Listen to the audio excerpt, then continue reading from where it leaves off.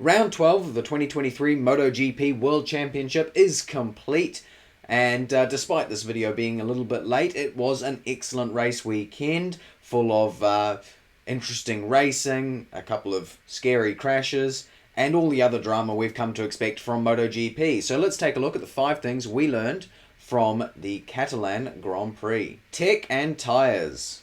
This round was particularly interesting for 2 different reasons in terms of bikes and tyres. The first was, of course, that we saw 3 different retirements due to technical issues during the race, those being Pol Espargaro, Brad Binder and Raul Fernandez, but also that we saw lots of wear on the front tyres. The commentators were, of course, talking throughout the weekend about how hard the Catalunya circuit was set to be on tyres, but until we got to the race and saw just how much the front tyre in particular was graining on the Aprilias, they had those amazing slow-mos, I really didn't think it was going to be that bad, but it was seriously interesting to see, and it meant that not just in MotoGP, but in Moto2 as well, we saw the race decided by how worn the tyres were getting for different riders. Espargaro excellence. Aleix Espargaro did an excellent job this weekend. He really showed how much he'd improved from last year, being able to count not just to 22, but past it to 23. It was really good to see that he's come that far, that he's learnt the next number, and was able to count off the correct number of laps in both the sprint and the full feature race.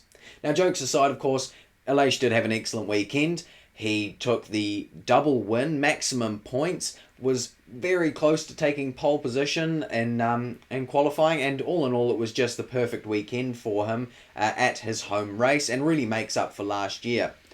Hopefully with that Aprilia that seems to be going well, we can keep seeing Aleix do well, and he can keep pushing Bagnaia and the other Ducatis for the rest of the year. Double delight. Now, continuing on with the theme of Aprilia, it has to be said that they had an excellent weekend all around themselves. It was the first ever time that Aprilia had 2 bikes on the podium, and of course they took the win and second place. So a very good weekend for the Noale factory heading into their home race weekend next week. Ducati disaster. A huge moment at the start of the feature race saw lots of riders skittled by Bastianini as he kind of went up the inside, did what Taka Nakagami did last year, what Jorge Martin did in Austria, and took out a whole bunch of only Ducati riders, surprisingly. And that has led to him being injured. He was taken off to the medical centre. And then, of course, just one corner later, Bagnaia, who was pushing a little bit too hard, ended up having a high side and getting run over by Brad Binder.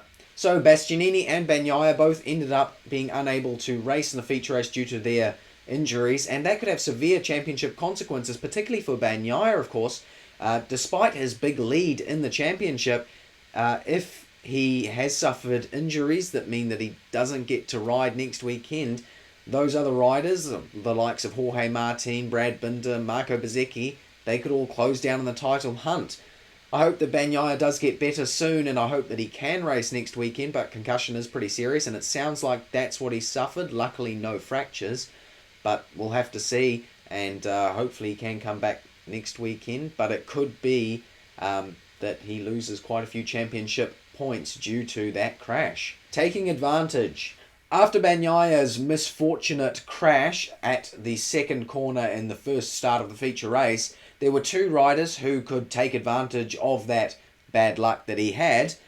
The first of which is Jorge Martin, and he did an impressive job. He charged forwards, tried to take the lead, but I don't think he was ever going to take the win. The pace the 2 Aprilias had was very clear, and I don't think Martin would have ever managed to take that race win, but he did do a really good job, maximised Bagnaia's bad luck, and ended up taking 3rd place and closes down that championship gap to Bagnaia. The other competitor was Marco Bezzecchi, who did a relatively bad job of taking advantage of Bagnaia's misfortune. He may have been affected due to himself being caught up in the first corner crash of the first start of the feature race, but either way, he didn't take advantage of Bagnaia's misfortune as he plummeted backwards and ended up finishing 12th, which is not the position that he needed to be in if he wanted to try and close the gap to the title lead. Rider of the weekend. It feels great to say this. My rider of the weekend this weekend is Fabio Quartararo. He did an excellent job. His sprint was terrible. His qualifying was terrible. But his feature race was excellent. Yes, he benefited from people being caught up with tech issues and all the rest. But either way, Fabio managed to cross the line in 7th from a starting position of 17th, which is seriously impressive considering that we know that Yamaha is complete garbage and considering how much we know he struggled in the sprint race. So my rider of the weekend is Fabio Quartararo. Struggle of the weekend. We've already talked about him. Marco Bezzecchi is my struggle of the weekend.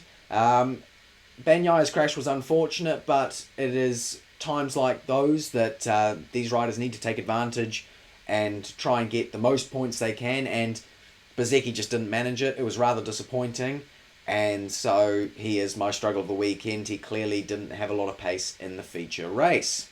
Alright, that's 5 things we learned from the Catalan Grand Prix. I'm sorry this video is a little bit late. I had work today, so I couldn't get up early in the morning to do it. It would have meant a 4 AM start to get this all done, so yeah, not worth it.